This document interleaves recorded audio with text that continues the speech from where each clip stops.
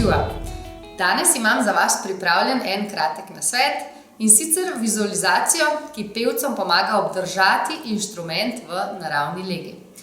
Kot smo že rekli, je inštrument za petje naše telo in en velik problem pevcev je ta, da ne znamo med petjem obdržati našega telesa v naravni pravilni legi. Zato bomo danes naredili sledeče. Postavili boste svojo roko takole in razdelili vaš inštrument na dva dela. Sprednji del in zadnji del. Vse, kar je za vašo roko, je zadnji del inštrumenta in mora biti med petjem v isti legi.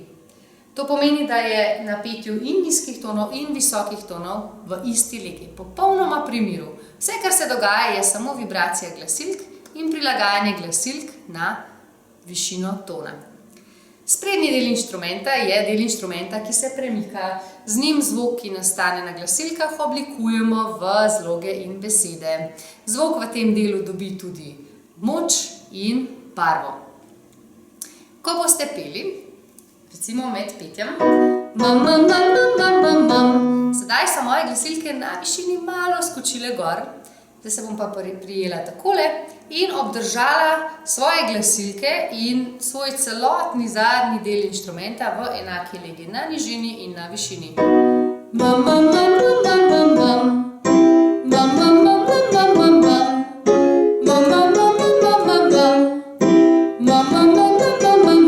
Torej, ta del inštrumenta se premika na tak način, da lahko zadnji del inštrumenta ostane na isti legi.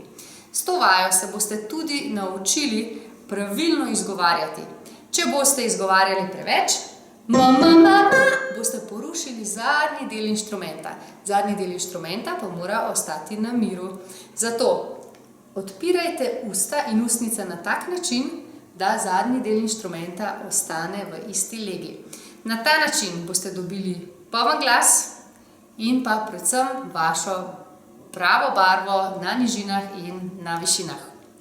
Upam, da vam bo ta vizualizacija kaj pomagala, uporabljate jo lahko na lestvicah in pa tudi pri petju pesmi.